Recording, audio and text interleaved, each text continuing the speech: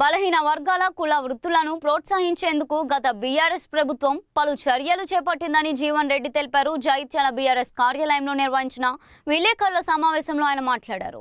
గొల్లకుర్మ కుటుంబాల జీవనాధారంపై గొర్రెల పెంపకానికి ప్రోత్సాహం అందించామని చెప్పారు. ఒక్కో యూనిట్కు 1.25 లక్షల విలువైన గొర్రెలు, పొట్టేళ్లను అందించడంతో పాటు విద్య, భవిష్యత్తు నిర్మాణానికి అవకాశాలు కల్పించామని పేర్కొన్నారు. వీళ్ళ కేసీఆర్ గారు ఏదైతుందో దశాబ్ద కాలం 2 పర్యాయాలు ముఖ్యమంత్రిగా సమాజంలో ఉన్నట్టుగా బలహీన వర్గాలను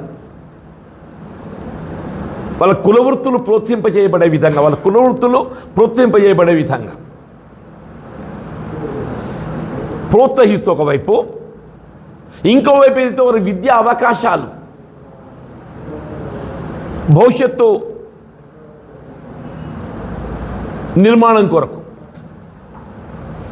వారు కల్పిస్తే నిన్న రేవంత్ రెడ్డి గారు ఆయన మాట్లాడుతుంటే గొర్రెలు ఇచ్చిండ్రు, బర్రెలు ఇచ్చిండ్రు, ఆయన కులవృత్తులు ప్రోత్సహించింది. వాళ్ళు యాదవులు గొల్లకుర్మలు గొర్రెల కాపర్లు అని చెప్పి అంటున్నాను.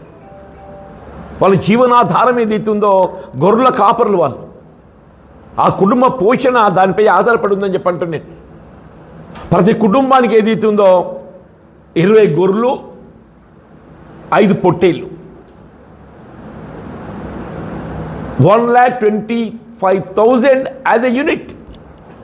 1,25,000 as a unit.